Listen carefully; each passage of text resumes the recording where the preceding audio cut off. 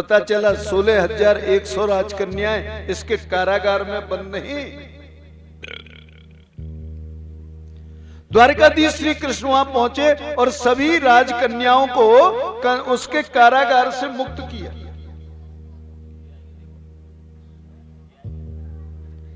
भगवान श्री कृष्ण ने कहा, अब तुम सबकी सब स्वतंत्र हो।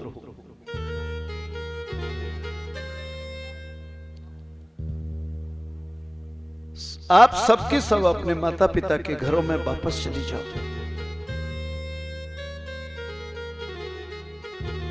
मेरे जी 16,100 राजकन्याएं बैठ करके रोने लगी। भगवान कृष्ण ने पूछा, तुम्हारे रोने का कारण? बोले का द्वारकाधीश, अगर हमें माता पिता के घरों में वापस जाना है, इससे तो अच्छा यह है कि हम इसी में निवास करें। बंदीगृह हमारे लिए अच्छा है। हम अपनी इच्छा से, अपनी मर्जी से भौमासुर के साथ भाग करके नहीं आए, इसने हमारा अपहरण किया है।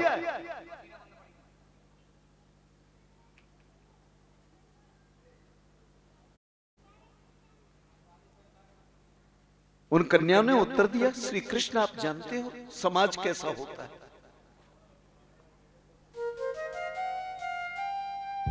अगर हम यहां से वापस अपने माता पिता के घर चले गए तो समाज, हमारा पड़ोसी, हमारे लोग हम पर उंगलियां उठाएंगे।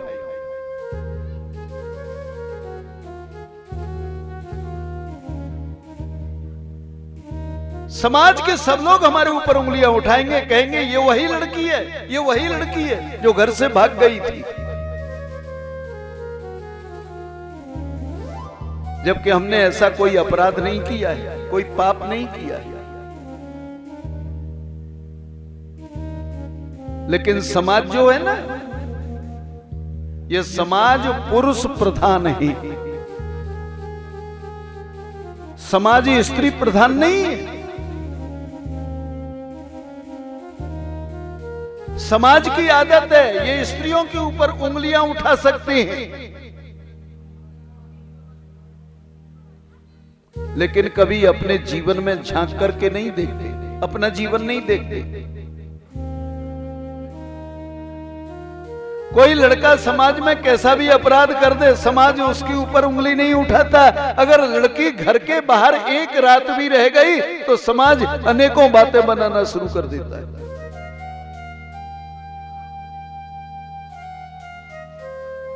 क्योंकि समाज पुरुष प्रधान है।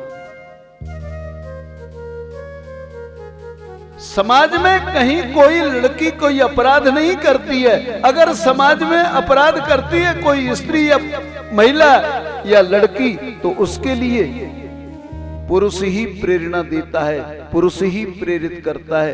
कभी कोई स्त्री या कोई लड़की कभी किसी पुरुष को प्रेरणा नहीं करती।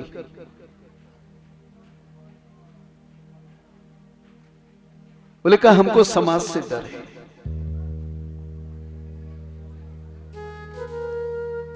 आज हम कितने समय से माता पिता का घर छोड़ करके इनके बंदी गृह में बंद हैं।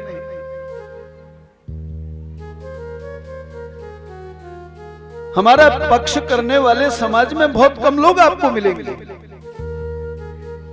लेकिन हमारे ऊपर उंगलियां उठाने वाले आपको बहुत लोग मिलेंगे। भगवान कृष्ण ने कहा, अच्छा तुम्हें समाज से इतना बड़ा डर लग रहा है, तो चलो आओ तुम सबकी सब मेरे साथ अपना विवाह कर लो। जब तुम मेरी पत्नी बन जाओगी, कृष्ण की पत्नी बन जाओगी, तो समाज में किसी की हिम्मत नहीं है जो तुम्हारे ऊपर उंगली उठा सके।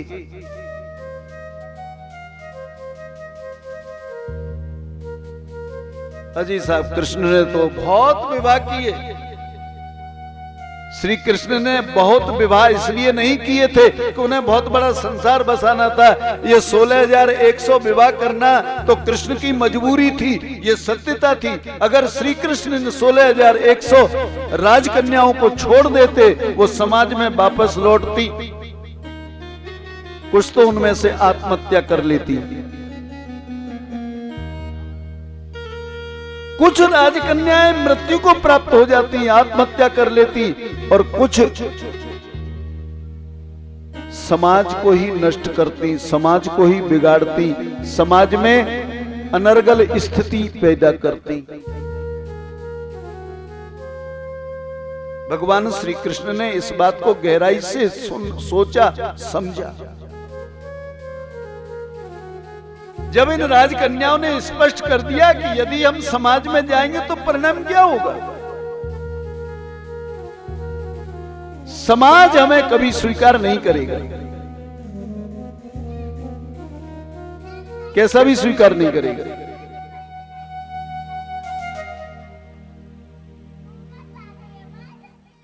तब भगवान कृष्ण को 16,100 विवाह करने पड़े।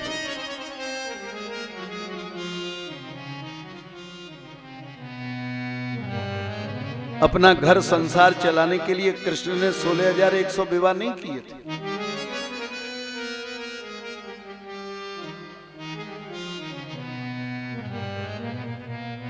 कृष्ण क्या है? मैंने आपको बताया है कि कर्ष धातु से या कृष धातु से कृष्ण शब्द बना है। जो किसी को अपनी ओर आकृष्ट कर ले वो है कृष्ण। कर्षेति इतिस्ति कृष्ण। राजन,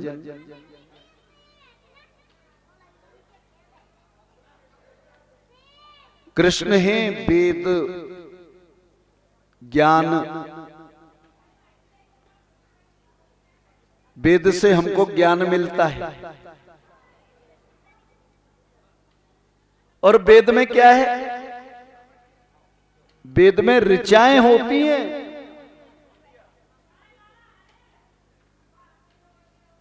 वेद में ऋचाएं होती हैं, वेद में मंत्र होते हैं।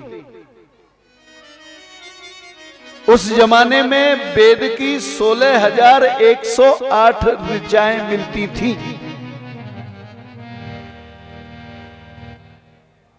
16,108 वेद की ऋचाएं थी, और हर ऋचा में ज्ञान का दर्शन होता था। इसलिए देवर्षि नारद जी भगवान कृष्ण की दिनचर्या देखने के लिए निकले। नारद जी अचंभे में पड़ गए। कृष्ण एक, रानियां कितनी? 16,108। अब अकेले कृष्ण 16,108 के साथ अपना जीवन कैसे जीते?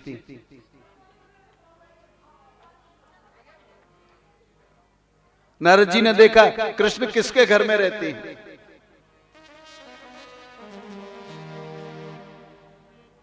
उन्होंने रुक्मिणी से आरंभ किया, जहां कृष्ण सैया त्याग कर रही हैं।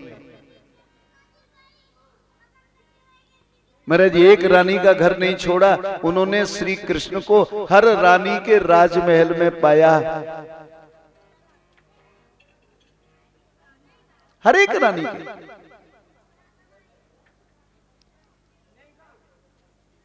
वेद की ऋचाओं को जब पढ़ोगे और उसे समझोगे तो आपको हर ऋचा में कृष्ण का दर्शन होगा।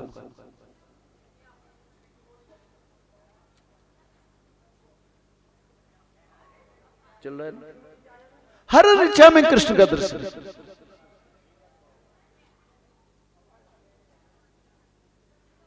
इसलिए कृष्ण वेद है, और वेद की ऋचाएं ये 16,108 हैं। इस कारण से ज्ञान की उपलब्धि वेद की 16,108 ऋचाओं से होती है। इसलिए कृष्ण ज्ञान है।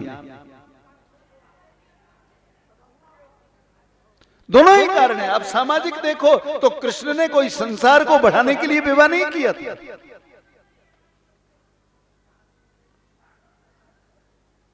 श्री कृष्ण ने जो विवाह 16,100 किए वो समाज को नई दिशा देने के लिए किया था। समाज में कोई ऐसा व्यक्ति है जो लड़की के पूर्व जीवन को जानने के बाद उसके साथ विवाह कर ले?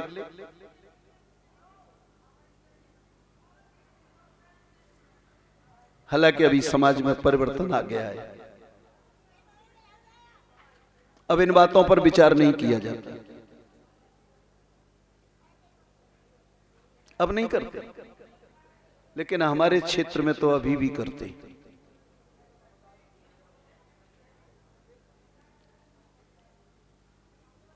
भागवतकार कितनी अच्छी बात कहते हैं,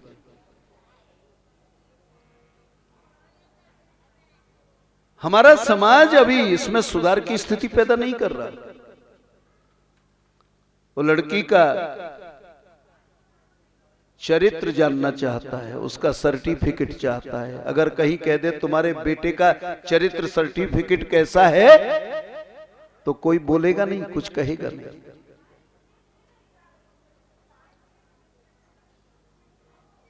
इन 16,100 राजकन्याओं से कोई विवाह नहीं करता। परिणाम क्या होता? समाज बदनाम होता, समाज बिगड़ता, समाज नष्ट होता।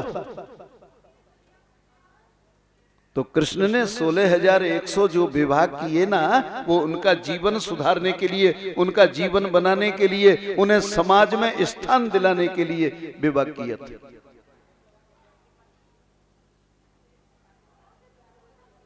मैरिज श्री कृष्ण ने ये जो कदम समाज में उठाया ना, इसकी सबसे पहली प्रशंसा सुदामा जी ने की।